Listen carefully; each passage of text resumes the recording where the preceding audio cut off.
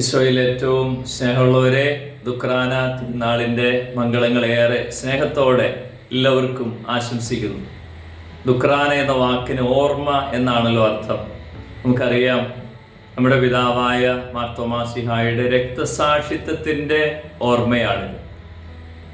ഫിലിപ്പിയർക്ക് എഴുതിയ ലേഖനം 1-ാം അധ്യായത്തിൽ 29-ാമത്തെ വചനത്തിൽ പൗലോസ്ലീഹായിലൂടെ പരിശുദ്ധാത്മാവ് നമ്മെ പഠിപ്പിക്കുന്ന ഒരു വചനമുണ്ട്. ക്രിസ്തുവിൽ വിശ്വസിക്കാൻ മാത്രമല്ല, അവന് വേണ്ടി സഹിക്കാൻ കൂടിയുള്ള അനുഗ്രഹം യേശു ക്രിസ്തുവിൽ നമുക്ക് ലഭിച്ചിരിക്കുന്നു. പ്രിയമുള്ളവരെ, വിശ്വാസത്തിന് വേണ്ടി സഹിക്കാൻ കിട്ടുന്നത് ലഭിക്കുന്ന അതൊരു അവസരം, ഒരു അനുഗ്രഹമാണ് എന്ന് പരിശുദ്ധാത്മാവ് പഠിപ്പിക്കുക. ഇത് തിരിച്ചറിഞ്ഞ ഒരു വലിയ വിശുദ്ധനാണ് തോമാശ്ലീഹ. ക്രിസ്തുവിന് വേണ്ടി സഹിക്കാൻ കിട്ടുന്നത് അനുഗ്രഹമാണെന്ന തിരിച്ചറിവ് ഉള്ളിൽ സൂക്ഷിച്ചതുകൊണ്ടാണ് ലാസറിൻ്റെ മരണത്തിൻ്റെ അറിവ് ലഭിച്ച് ബഥാനിയായിലേക്ക് പോകാൻ ഒരുങ്ങുന്ന ഈശോയോട് ശിഷ്യന്മാരോടും ഒപ്പം നിന്ന് തടസ്സം പറഞ്ഞവരെയൊക്കെ മാറ്റി നിർത്തി യോഹന്നാന്റെ സുവിശേഷം 11-ാം അധ്യായത്തിൻ്റെ 16-ാമത്തെ വചനത്തിൽ തോമാശ്ലീഹ പറയുക, നമുക്കും പോകാം, അവനോടൊപ്പം മരിക്കാം. Let's also go that we may die with him. അവനോടൊപ്പം മരിക്കാൻ നമുക്കും പോകാം. പ്രിയമുള്ളവരെ, ക്രിസ്തുവിൻ്റെ വിശ്വാസത്തിൽ ആഴപ്പെടുന്ന മനുഷ്യൻ പിന്നെ അവന് ഇടം വലം നോക്കാത്തൊരു ജീവിതശൈലി പ്രവേശിക്കുകയാണ്. എന്തിനാണ് ഈ ലോക ജീവിതത്തിൽ ക്രിസ്തുവിൻ്റെ സ്നേഹത്തിൽ നിന്ന് എന്നെ വേർപെടുത്താൻ കഴിയുക?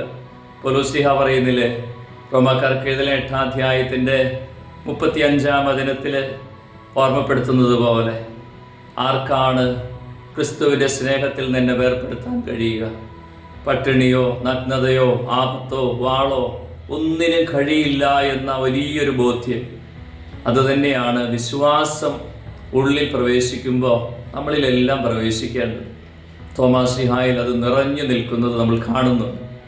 ഒരു പ്രതിസന്ധികളും തൻ്റെ ജീവിതത്തിൻ്റെ വിശ്വാസത്തിന് തടസ്സമായി മാറാൻ ശ്ലീഹായിൽ സംഭവിക്കുന്നില്ല എന്ന് നമ്മൾ തിരിച്ചറിയും.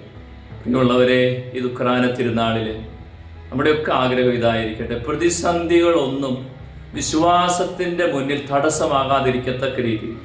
ലോകാരൂപി ഒരുപാട് പ്രവേശിക്കുന്ന ഒരു സമയമല്ലേ ഇത്?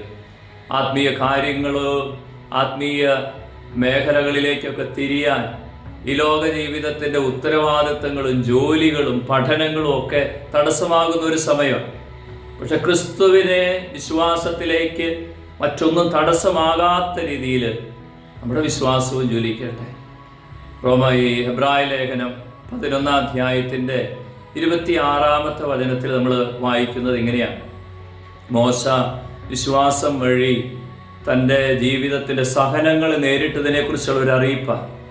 11-ാം അധ്യായം ഹെബ്രായ ലേഖനം 26-ാം വചനം പറയുക, ക്രിസ്തുവിനെ പ്രതിയുള്ള സഹനങ്ങൾ, ക്രിസ്തുവിനെ പ്രതിയുള്ള നിന്ദനങ്ങൾ അത് ഈ ലോകത്തിൽ അനുഭവിക്കേണ്ടി വന്നപ്പോൾ അതെല്ലാം വലിയ സമ്പത്തായി, ഈജിപ്തിലെ നിധികളെക്കാൾ വലിയ സമ്പത്തായി വിശ്വാസം വഴി മോശ കണ്ടു എന്ന വചനം എഴുതി വയ്ക്കുക.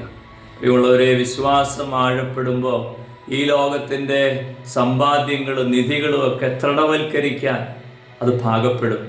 അതുകൊണ്ടാണ് ഈ ലോകത്തോടുള്ള എല്ലാ അറ്റാച്ച്മെൻറ്റുകളും വിശ്വാസത്തിൻ്റെ മുൻപിലെത്തുമ്പോൾ ആ മേഖലകളെല്ലാം വിടുതലായി, അല്ലെങ്കിൽ ആ മേഖലകളൊക്കെ വിലയില്ലാത്തതായി തീരുകയാണ്.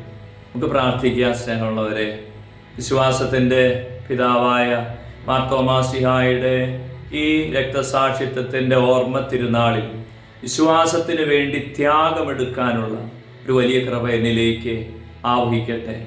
സഹനത്തിൻ്റെ, ത്യാഗത്തിൻ്റെ, പരിത്യാഗത്തിൻ്റെ മനോഭാവങ്ങൾ കൂടുതലായി വർദ്ധിക്കട്ടെ. നമുക്ക് പ്രാർത്ഥിക്കാം. ഈ നല്ല ദിവസം വിശുദ്ധ തോമാശ്ലീഹായിലൂടെ വിശ്വാസത്തിൻ്റെ വലിയ വരം നമ്മളിലൊക്കെ ആഴപ്പെടാൻ ലൂക്കാസുവിശേഷം 17:5 ശ്രീഹന്മാർ പ്രാർത്ഥിക്കുന്ന ഒരു പ്രാർത്ഥനയുണ്ടല്ലോ, കർത്താവേ ഞങ്ങളുടെ വിശ്വാസം വർദ്ധിപ്പിക്കണം. നമുക്ക് പ്രാർത്ഥിക്കാം ഈ ദിവസം.